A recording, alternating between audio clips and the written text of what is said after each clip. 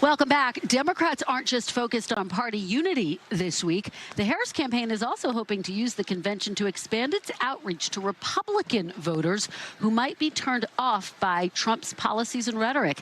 Several Republican officials are set to deliver remarks in Chicago this week, and it follows the grassroots effort Republicans for Harris. The campaign launched last month.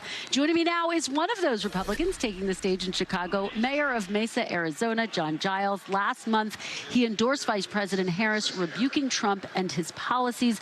Mayor Giles, thank you so much for being here. My pleasure. Good to be with you. Well, it's great to have you here. This is such a really unique perspective that you bring. You say you've never been to a convention before, so this is not only your first convention, this is your first time speaking at a convention. Tell me how you're feeling and what we're going to hear from you tonight.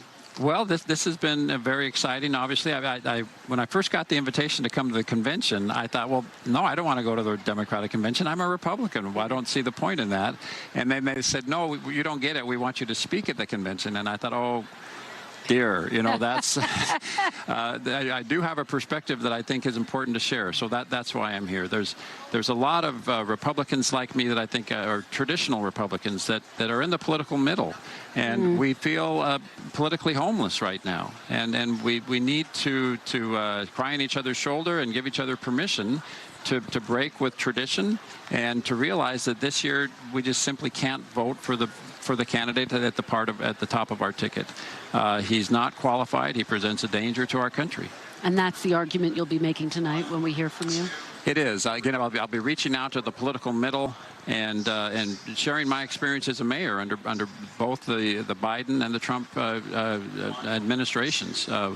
Mr. Trump made a lot of lofty promises to me and to everybody else. He's very much a populist. He'll say what you want him to say. But the Biden administration delivered on some amazing legislation that brought billions of dollars of infrastructure to cities like mine. My city is booming right now. Every week I'm going to ribbon cuttings and groundbreakings, tied in large part to the investment in infrastructure that's come under the Biden administration.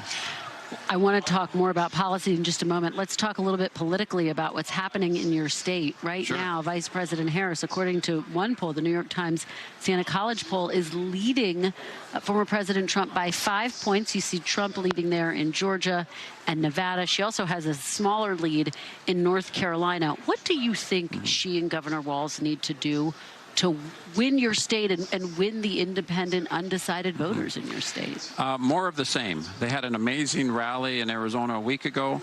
She's running like she's behind in Arizona. I hope she continues to do that because Arizona is, I don't care what the polls say, it's going to be very, very close in Arizona.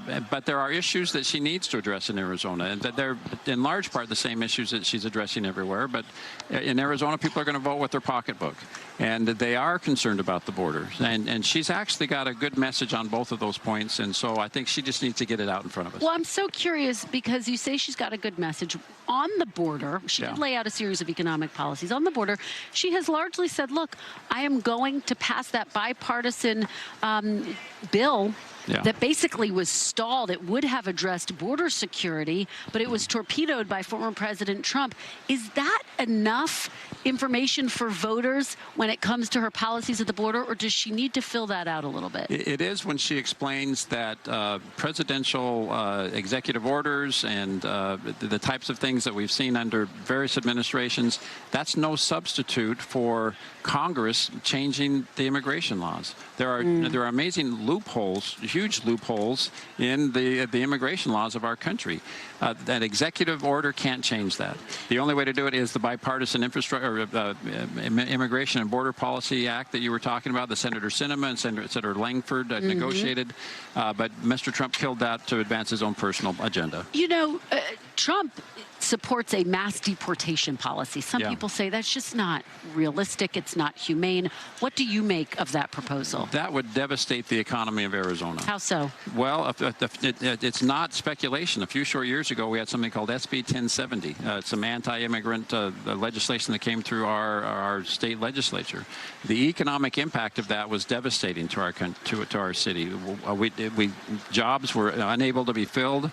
We saw a huge crash in in growth and in construction.